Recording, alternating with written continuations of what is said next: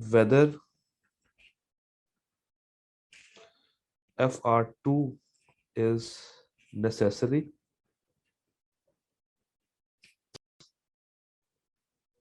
before audit।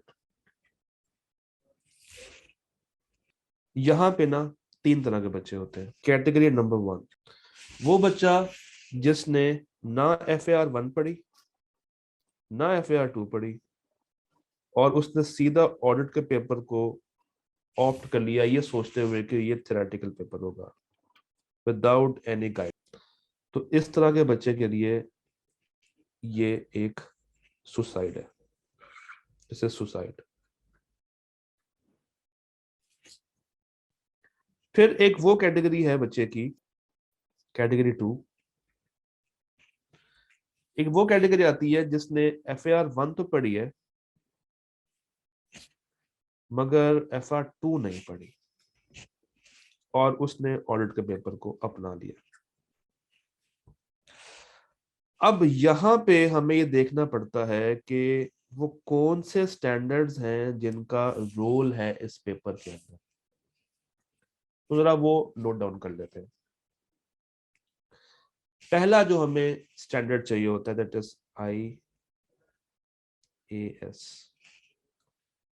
2 8 10 and 37 16 36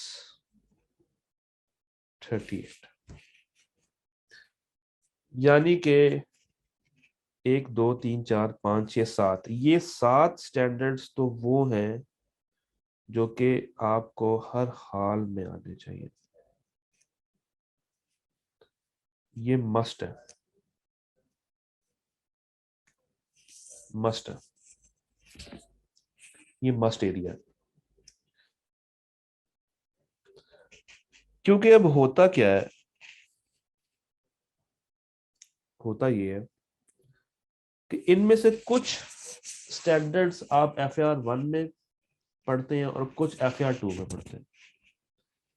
आईकैप का जो examiner है उसका एक बाय डिफॉल्ट बिलीफ होता है कि बच्चे ने या तो FAR2 को साथ साथ पढ़ा या उसने FAR2 पहले पढ़ ली है और उसके बाद वो ऑडिट के पेपर में आ रहा है। तो ऑडिट तक आते आते उसकी कुछ प्राइम अजम्पशंस बिल्ड हो जाती हैं कि बच्चे ने तमाम पेपर्स को टच किया होगा। जैसे कंपनी लॉ, अब उसकी एक अजम्पशन है कि भाई एसोसिएटेड कंपनी की डेफिनेशन उसको आती होगी। Same is the case with these standards. तो उसकी अजम्पशन होती है कि भाई इसको आने चाहिए। फिर इसके अलावा कुछ और स्टैंडर्ड्स भी हैं जो कि रेगुलरली तो टेस्ट नहीं होते बट आईकैप अचानक से कभी भी पूछ सकता है। जैसे उसने रिसेंटली पूछा है लीज, लीज के स्टैंडर्ड्स। उसने रिसेंटली पूछे थे उसके टैक्सेशन के स्टैंडर्ड्स, डेफर्ड टैक्स के स्टैंडर्ड्स पूछे थे उसने। तो ये वो दो थोड़े से बड़े एरियाज हैं जिसका छोटा छोटा कॉन्सेप्ट वो ले आता है। क्योंकि असल में होता क्या है, असल में आपने किन का ऑडिट करना है? ऑडिट आप करते हैं अकाउंट्स का, अकाउंट्स का। और अकाउंट्स बनते हैं आपके रिपोर्टिंग के स्टैंडर्ड्स के ऊपर। तो जब तक आपको रिपोर्टिंग के स्टैंडर्ड्स ही नहीं आते होंगे आप सही से ऑडिट नहीं कर पाएंगे। फिर यहाँ पे वो सवाल नहीं आएगा कि न्यूमेरिकली आपको बताना पड़ेगा कि जनाब इसकी अमाउंट क्या आ रही है तो ये वर्किंग क्या है, तो ये पूरा सवाल ऐसा नहीं होगा। वो सवाल FAR2 के लेवल पे है। यहाँ पे there is just concepts, just concepts. आपको IAS 16 का एक कॉन्सेप्ट गलत करके बता देगा। आपसे कहेगा जनाब मैनेजमेंट ने अकाउंट्स बनाते हुए ये वाली एंट्री ऐसे पास कर दी है, या IAS 38 के वो जो 5 एलिमेंट्स हैं वो मीट नहीं किए, या 1037 के अंदर कोई गड़बड़ कर दी है, ये IAS 2 में NRV की कैलकुलेशन सही से नहीं की। बताइए इसकी वजह से रिपोर्ट पे क्या इम्पैक्ट आएगा? यानी कि जो आप एविडेंस हासिल कर रहे हैं आपको ये पता चला कि भाई उन्होंने सब्जेक्ट मैटर सही से नहीं बनाया हुआ, तो बताइए ऑडिट रिपोर्ट पे क्या असर पड़ेगा, या आप उसको कैसे ठीक करेंगे, या आप मैनेजमेंट से क्या कहेंगे कि इसको कैसे ठीक किया जाए। आपसे आपकी ओपिनियंस, आपके मशवरे पूछ रहा होगा, आपसे बेसिस पूछ रहा होगा। तो यहां पे आपको वो कॉन्सेप्ट्स कम से कम आने चाहिए। क्या 16 इसके बारे में क्या कहता है, 2 क्या कहता है, 36 क्या कहता है, 38 क्या कहता है, क्योंकि जब तक आपको ही नहीं आते होंगे, how will you be in a position to guide management. तो ये जो कैटेगरी है ना, जिसने FAR 1 पढ़ी और FAR 2 नहीं पढ़ी, ये खतरनाक कैटेगरी में आ जाते हैं, क्योंकि इनको कुछ नॉलेज तो आती होती है, कुछ नहीं आती। तो बेहतर है कि थर्ड कैटेगरी में जाएं, जो कि सेफ कैटेगरी है। थर्ड कैटेगरी क्या है? कैटेगरी 3 क्या है? बच्चे ने FAR 1 तो पास कर ही लिए, या तो वो FAR 2 पहले पढ़ चुका है, ऑलरेडी स्टडीड,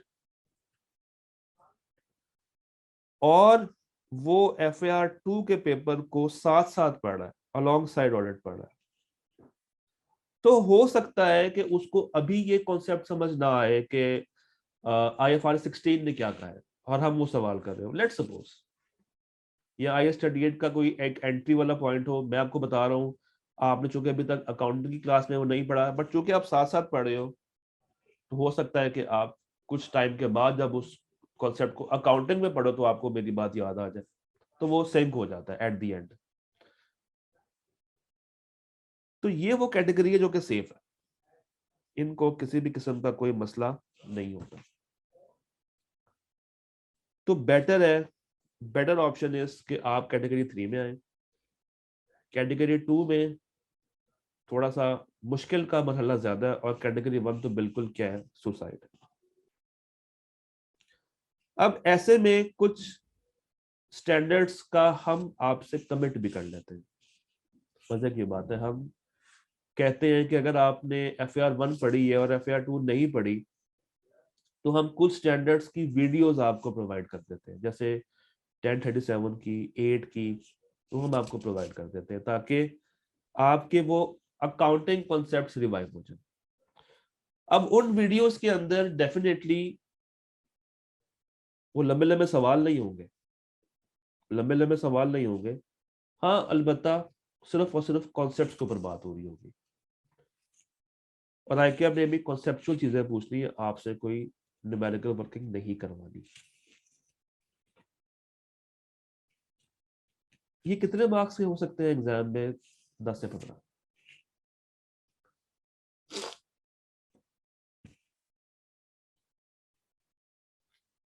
10 से 15 मार्क्स की टेस्टिंग होती है नॉर्मली, और ऐसा नहीं है कि वो एक ही सवाल में ये 10 से 15 टेस्ट करेगा। 10 से 15 मार्क्स का सवाल होगा तो शायद इसकी जो एडजस्टमेंट वाली बात है वो 3-4 नंबर की हो, या एक एरिया होता है आपके सिलेबस में सब्सटेंटिव प्रोसीजर्स, वहां पे भी इनकी एप्लीकेशन आती है। तो आप कह सकते हैं कि मिला के 10 से 15 नंबर तक की टेस्टिंग है आपके इस पेपर में। तो FAR 2 को साथ पढ़े या साथ ना पढ़े, ये बातें आपको कम से कम पता होनी चाहिए, otherwise that decision can be verse. अगर आप पहली कैटेगरी से आ रहे हैं तो फिर आप बेटर है कि ना अटेम्प्ट करें।